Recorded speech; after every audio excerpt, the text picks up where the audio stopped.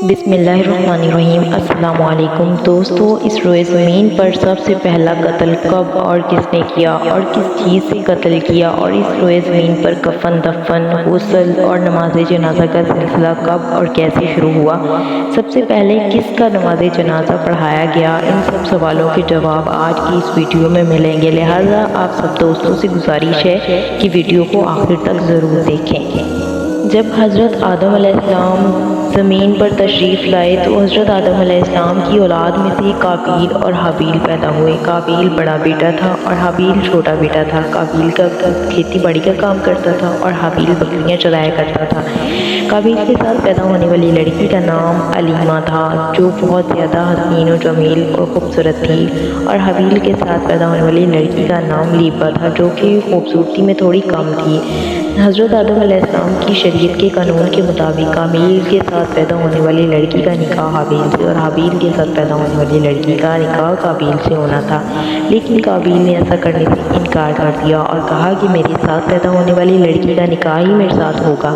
قابیل نے ضد اور ہٹ دھرمی شروع کر دی تو حضرت آدم علیہ السلام نے کہا کہ تم دونوں کو اللہ کی راہ میں کوئی نہ کوئی چیز پیش کرنی ہوگی، جو سچا ہوگا اس کی نیاز اور صدقہ قبول ہو جائے گا، اور جو جھوٹا ہوگا اس کی طرف سے پیش کیا گیا صدقہ قبول نہیں ہوگا۔ اس وقت قبولیت کی یہ علامت تھی کہ جس کا صدقہ قبول ہو جاتا تھا اس سے قدرتی طور پر ایک آگ آ جاتی اور اسے کھا جاتی، اور جس کا صدقہ اور نیاز قبول نہیں ہوتا تھا اسے آگ نہیں کھاتی تھی۔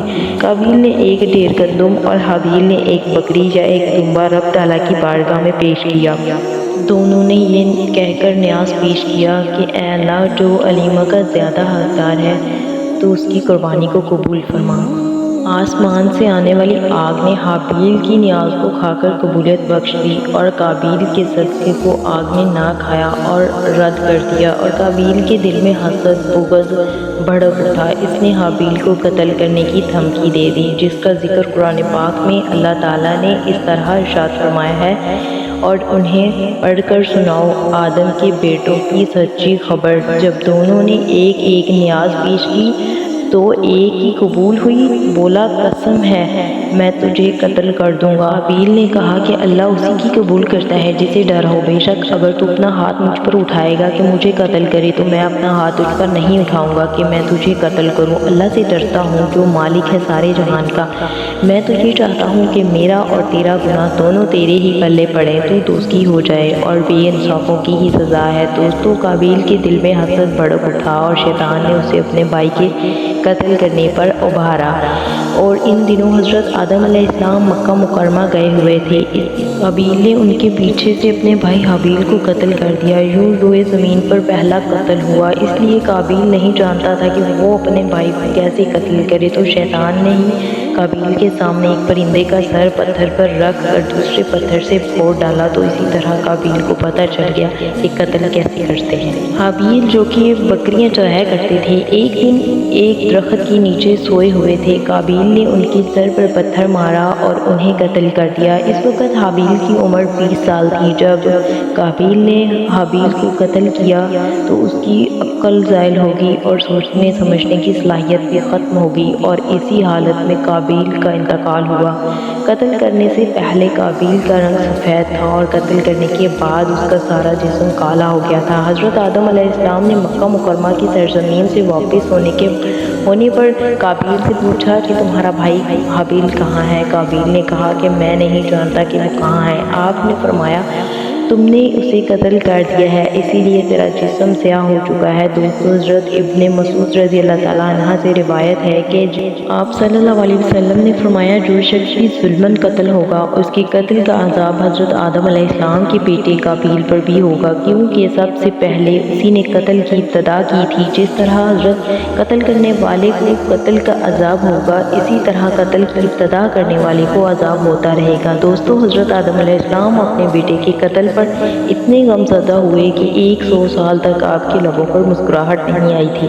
100 سال گزرنے کے بعد آپ کو ایک بیٹے کی بشارت دی گئی تھی، یعنی آپ کو کہا گیا تھا کہ اللہ پاک آپ کو زندہ سلامت رکھیں گے اور اللہ تعالیٰ آپ کو ایک اور بیٹا عطا فرمائیں گے۔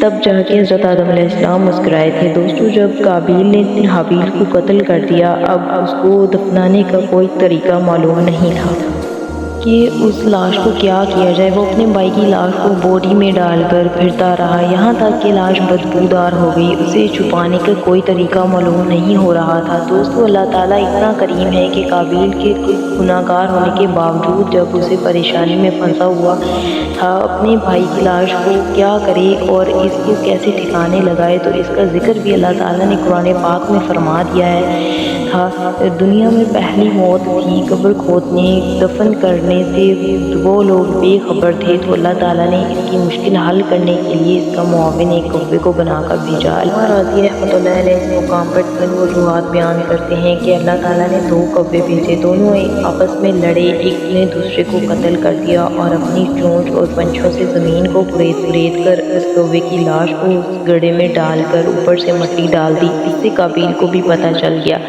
کہ میں نے بھی ایسا ہی کرنا ہے اور بہت پشیمان ہوا کہ میں اس کوے سے بھی زیادہ عاجز ہو گیا ہوں۔ دوسری روایت میں آتا ہے کہ قابیل نے تنگ آ کر حابیل کی لاش کو ایسے ہی پھینک دیا تھا، تو اللہ تعالیٰ نے کوے بھیجے جنہوں نے مٹی کو کھود کر اس لاش پر ڈالا اور اسے چھپا دیا۔ تیسری روایت بیان کی گئی ہے کہ کوے کی ایک عام عادت یہ ہے کہ کوئی بھی کھانے کی چیز اس کے پاس ہو تو اسے دوسرے وقت کے لیے زمین میں دبا دیتا ہے۔ اس نے جب کسی چیز کو زمین میں چھپا دیا تو قابیل کو پتہ چل گیا کہ میں نے بھی اپنے بھائی کی لاش کو ایسے ہی چھپانا ہے، اور ساتھ ساتھ کوے سے کم علم رکھنے کی وجہ سے بہت پشیمان ہوا۔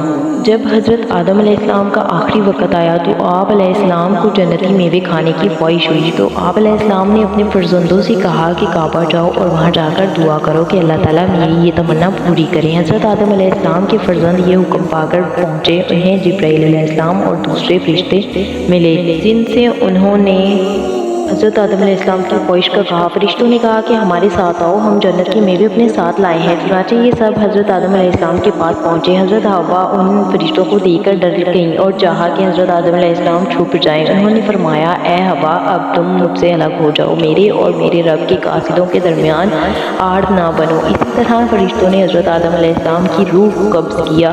فرشتوں نے حضرت آدم علیہ السلام کے بیٹوں کو کہا کہ اسی طرح ہم تمہارے باپ کا کفن اور دفن کریں گے، اسی طرح تم فوت ہونے والے لوگوں کا کفن اور دفن کرنا۔ جبرائیل علیہ السلام جنت کے مرکب خوشبو اور جنتی جوڑے کا کفن اور جنتی بیری کے کچھ پتے اپنے ساتھ لائے تھے، ان کو غسل دیا اور کفن پہنایا اور خوشبو لگائی۔ ملائکہ ان کا جسم مبارک کعبہ میں لائے اور ان کا سارے فرشتوں نے نماز جنازہ ادا کیا، جس میں حضرت جبرائیل علیہ السلام امام تھے اور سارے فرشتے مقتدی بن کر کھڑے تھے۔